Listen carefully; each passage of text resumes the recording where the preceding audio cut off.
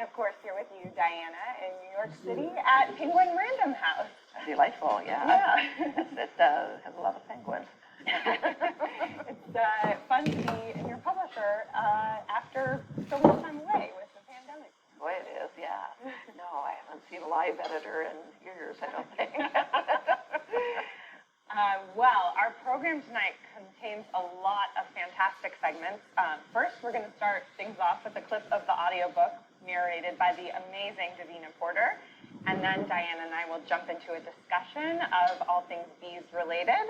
And then following that, there will be a cooking demo with Teresa Carl Sanders. And then we'll all listen to Diana answer as many burning pan questions as she can. That's going to be tough because I know there's a lot. And then after that, there'll be a conversation between Diana, Sam Hewen, and Meryl Davis. And last, but certainly not least, Diana has a special big announcement from us from Starz. So very exciting.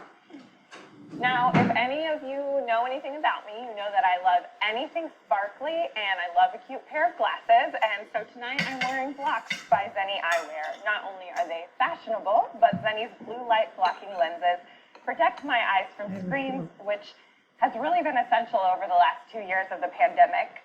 And will really help you tonight after you finish watching this so you can start reading Go Tell the Bees That I Am Gone.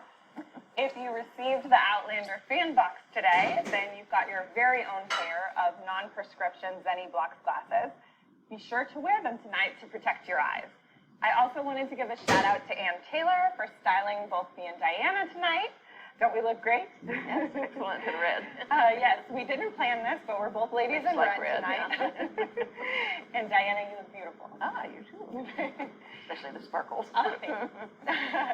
Now, to reorient us as we embark on the night, I'm going to read a brief synopsis of where we left off 7 years ago, with the conclusion of Written in My Own Heart's Blood.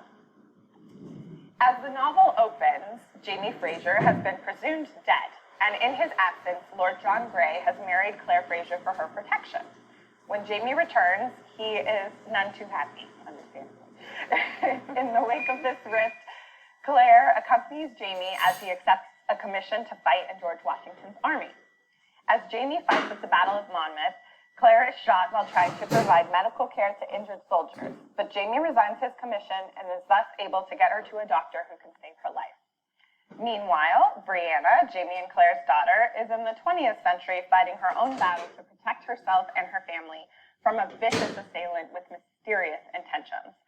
Finally, Brianna realizes the only remaining option is to attempt the dangerous trip back to the 18th century, where she can hide her flock from whoever is trying to hunt them down hundreds of years later. In the final scene of Written in My Own Heart's Blood, Jamie and Claire have returned to Fraser's Ridge in North Carolina, where they are rebuilding their home. On a June day in 1779, they see a family coming down the road. It is Brianna, Roger, Mandy, and Jem. Against all odds, everyone in the Mackenzie and Fraser families is safe and reunited in the same place and time. For now. So that wraps it up nicely. Yeah, okay. Exactly. Should get everyone real excited and up to speed for this book. And so now I have an official disclaimer for you all. The following audio excerpt of these takes place midway through the story. So if you're a completionist like me or the type of fan who likes to experience the story chronologically, now is the time to mute your device and turn away from the screen as there will be closed captioning. Set your timers for 8 minutes and 33 seconds, and we'll see you on the other side, not of the stones, sadly, for our discussion. And without further ado, here is the first official look and listen for bees. Here we go. This is quite the excerpt, so buckle up. Sing me a song of a lass that is gone, say could that lass be I? Mary of soul, she sailed on a day over the sea to sky. They walked back into town, easy with each other, talking now and then, but not anything that mattered. "You've got all you need, Ian," Jamie asked, "for the journey." "If I don't, it's too late now," Ian said, laughing. Jamie smiled, but the words, too late, lingered in the back of his mind. He'd part with the travellers at daybreak, see them onto the great wagon road, and then they'd be gone. God knew for how long. They were nearly to Widow Hambley's house when he stopped, a hand on Ian's arm. I wasn't going to ask, and I'm not, Jamie said abruptly, because you must be free to do whatever you need to. But I find I must say a thing to you before you go. Ian didn't say anything, but made a slight adjustment of posture that gave Jamie his full attention. Ken, when Brianna brought us the books, Jamie began carefully. There was a strange one for the bairns, and a romance for me about, well, fanciful things to say the least, and a medical book for your auntie. Aye, I've maybe seen that one, Ian said thoughtfully. A big blue one, very thick. You could kill a rat with that one. That's the one, aye. But the lass brought along a book for herself. He hesitated. He'd never spoken to Ian about Claire's life away from him. It was written by a man named Randall, a historian. Ian's head turned sharply toward him. Randall? Was his name Frank Randall? Aye, it was.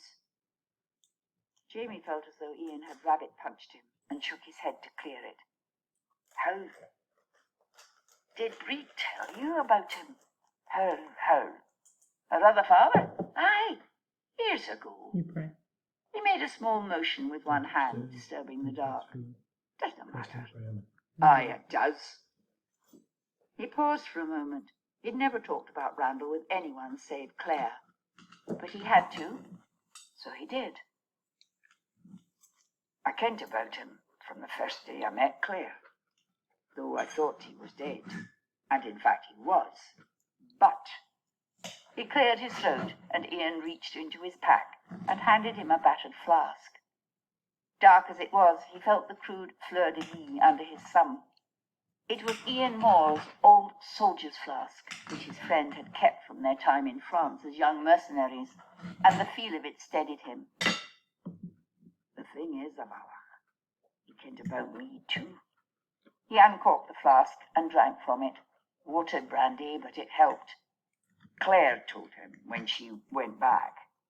She thought I was dead at Culloden, and Ian made a small noise that might have been amusement. Aye, Jamie said dryly, I meant to be. But you didn't always get to choose what happens to you, do you? True enough.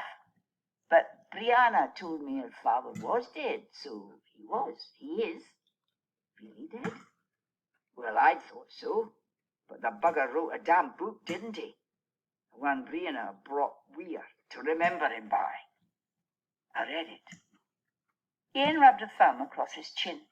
Jamie could hear the scratch of the bristles, and it made his own chin itch. What the devil did he say in it? Jamie sighed and saw his breath, white for an instant in the dark.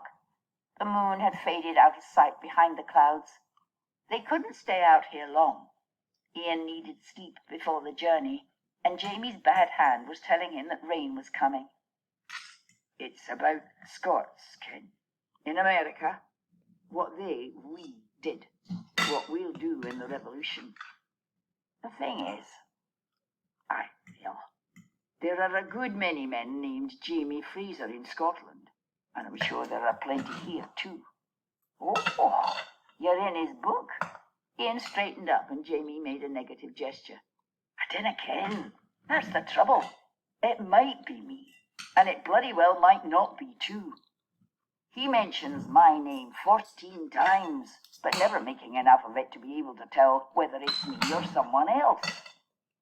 He never comes right out and says, Jamie Fraser of Fraser's Ridge, or Roch Tuach, or anything of that sort. Why are you worried then, Uncle? Because he says there's going to be a battle nearby us, at a place called King's Mountain.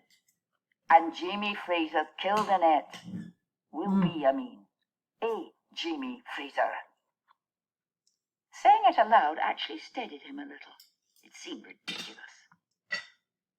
Ian wasn't taking it that way, though. He grips Jamie's arm close in the darkness. You think it's you, he means? Well, that's the devil of it, Ian. I canna say it all. See, his lips were dry and he licked them briefly. The man kent about me, and he had no reason to love me. We, Claire and Bree and I, think Frank Randall knew that the lass would come back to find her mother and me. And if he looked in history, he'd maybe find us. Ian clicked his tongue in consternation, in just the way his father had, and Jamie smiled involuntarily. And if he did? No man is objective about Claire, Jamie said. I mean, there's just not. Ian made a wee fizzing noise of assent. Which isn't it to say everyone loves her? A lot of us do, Uncle, his nephew assured him. But I ken what you mean. Aye. Well, what I mean is, and I ken this sounds as though I've lost my senses, and maybe I have, but I've read his book, and by God, I think the man is talking to me. Ian was silent for quite a while. The dim shape of a nightjar rose from the ground near their feet and shot off into the dark with a high, clear seek. And if he's talking to you, Ian said at last. That scared him. If he is, and if the Jamie Fraser who dies at King's Mountain is me, He couldn't ask it. And for God's sake, he was not afraid of dying. Not so many times as he looked death in the face. It was only... Ian's hand slid into his and clasped it firmly. I'll be there with you, Uncle, when it does happen. The battle, I mean. Relief coursed through him, and the breath he took went down to his feet. In about a year, October next it will be, or so he says. That'll be plenty time enough for me to do whatever needs to be done in the north, Ian said, then squeezed his hand and let it go. Then a flash. Jamie nodded, his heart full. In the morning he would bid them all farewell, but he would take his leave of Ian Og now.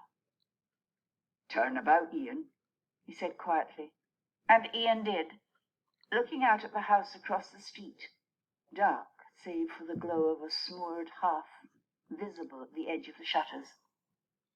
He put a hand on Ian's shoulder and spoke for him the blessing for a warrior going out.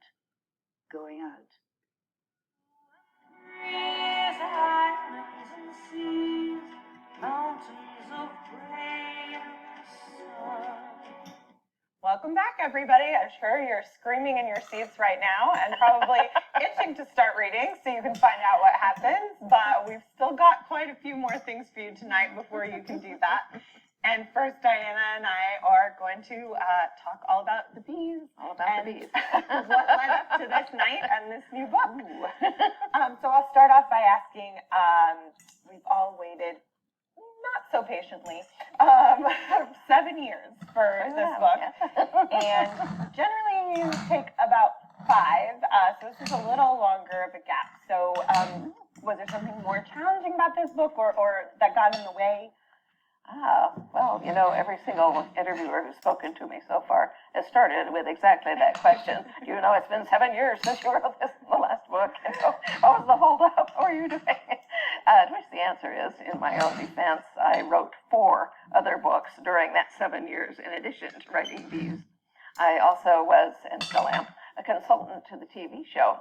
That means that I not only write scripts for them on occasion, but also I see all of the scripts, all of the proposals, everything that's written with all its iterations, and I see all of the footage that they shoot, the dailies, and I see all of the episodes as they're edited and put together, and those go through multiple stages too.